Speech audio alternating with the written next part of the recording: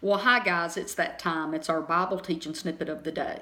We're still in the account of Jesus casting out an unclean spirit off of a boy. And I have been in Mark chapter 9, verses 14 through 29. Today, I'm going to go over to Matthew because there's a few things I want to mine out of that. I love this full account because we have richness of Scripture. And actually, through all three Gospels, we can lay them against each other and really truly understand what really was said and what was going on there. I like Matthew, the heading that the King James Version of my Bible has. It says, Jesus heals a boy possessed with a demon. Did you know that all sickness and disease is demonic? Its source is Satan, the devil. God never created the earth or man to have sickness and disease and death in it.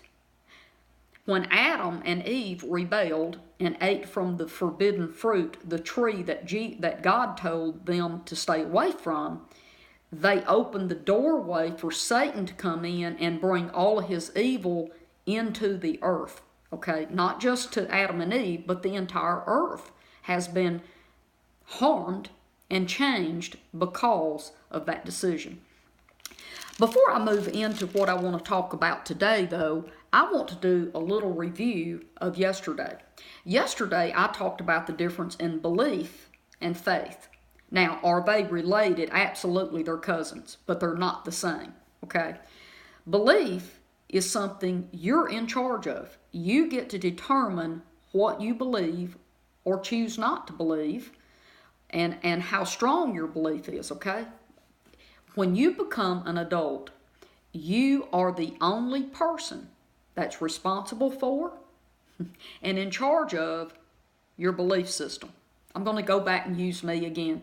You know, when I was younger, I believed there was a God, okay? Because I went to church, okay? I was taught a lot of wrong stuff about God, but at least I was taught there is a God, okay? And then at the age of 23, I started running around with people who did not believe in God, and my belief system changed. Do you see that? So watch this.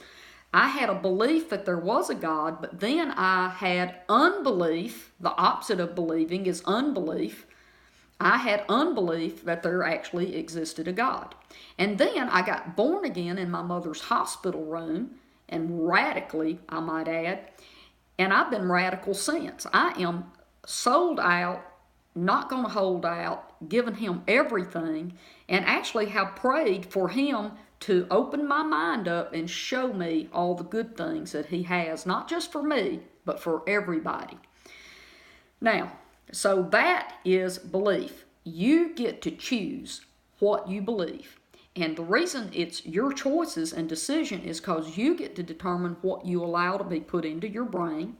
And I said this yesterday, if you are out there just getting junk food put into your brain, which would be horrendously bad movies, horrible music, negative friends, some of the craziest mess on TV, if you're putting that in your brain, you're going to have junk food brain, okay? You're just not going to have strong belief in the Bible. So we get to choose what we put in us and what comes out of us due to that. Now, faith. Faith is a muscle. Every baby that's born has a certain muscle. They're given certain muscles. It's a set of muscles. You determine how you work those muscles as to how strong they are. That's why I love the Greek in this. It doesn't call it a measurement. It really calls it weakness of faith. And that's what it is. The man wanted to believe that Jesus could heal his boy, but he had weak faith, okay? A muscle is something that you have to work to make it strong. Faith is the same way. You have to do something with your faith to make it get stronger and stronger. When we are born again, every born again believer is given a certain muscle mass of faith. We are given a measure of faith, and that measurement of faith is the faith of Jesus Christ. So see, every person has the exact same amount of faith once they're born again. But what you're willing to believe will determine what you're willing to do with that faith. Okay? If I don't believe going to the gym will make me strong and have stronger muscles, I'm not going to go to the gym, and therefore my muscle mass is not going to get any stronger. Now, I'm going to go ahead now and move on into what I want to teach today. The reason I went so in detail on this belief and faith is that people don't realize how important what you focus on and pour into yourself will build your faith, because it makes your belief system stronger. Once your belief starts getting stronger in God, you will start being able to go out and apply the faith that you already have and make it stronger. So today I want to flip over into Matthew chapter 17, and I want to read verses, actually, let me read this in Mark first. I want to go to Mark chapter 9. I'm going to read verse 28, and it says, "And having entered into a private house, his disciples kept on asking him privately, 'As for us, why were we not able to cast out the devil, the demon, the unclean spirit?' And Jesus said to them, 'This kind is able to come out by nothing but prayer.'" Okay, right there, I just want to connect this dot with you for real quick. Earlier in the teaching, I told you that Jesus was talking to the scribes and the boy's father, specifically to the boy's father, but he was addressing that crowd of scribes, the scribes, when he called them an unbelieving generation of people. If you think about it, why would Jesus call it an unbelieving generation of people if he was talking to 9 disciples? No, he was making a blanket statement to the people that were arguing with his 9 disciples. Here's another thought for you. If Jesus had addressed his disciples out there in public, which one of the 9 would have had even the courage to bring that back up again? I love the Greek in this. Watch, it says, "And for us," as for us, not talking about the crowd, this is what his disciples said to him. "As for us, why couldn't we cast out the spirit?" Okay.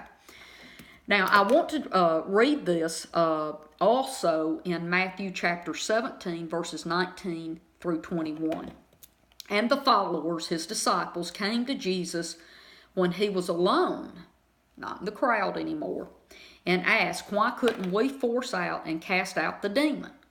And Jesus said, 'Because your faith is so small or little. I tell you the truth, if your faith was the size of a mustard seed, you could say to this mountain, move from here to there, and it will move. All things are possible for you if you believe." Okay. The reason I moved to this again, and Matthew also shows that they were alone and not in public when Jesus addressed the issues privately to his disciples, not in a crowd. Here we see that Jesus tells them that their faith was undeveloped. Okay, they got in, and the King James says it's unbelief. And basically they were probably in shock because they have commanded a demon to leave and it's not obeying them. Watch this. In Mark chapter 6, verses 12 through 13, the disciples have already been out on a healing tour, and it records in the Bible that they were laying hands on the sick and casting out demons. And they even say in Scripture, even the demons obey us. So they had already seen deliverances before, but for some reason this one would not come out when they commanded it to come out. Now here in verse 20, I like this. Jesus says, if you have the faith the size of a mustard seed, you can say to the mountain, move, and it will. Did you know the church goes right the opposite? They will tell us, if you have big faith, you know, the faith the size of a mountain, you could move a mustard seed. Really, that's really, if we have a lot of faith, we can move a little bitty cold off of somebody. But Jesus said that if we just had faith with the strength of a mustard seed. Man, a mustard seed is so little you can barely see it, but it is so strong. If you put one in your mouth and bite it, it'll just, it has so much packed in that little bitty seed. And see, this is what Jesus was saying. If you just had the strength of a little bitty mustard seed, you could just push a mountain out of the way. Guys, I'm going to stop here because tomorrow I'm going to blow your mind because I'm going to get into something that has been mistaught again. I'll see you again right here. Bye-bye.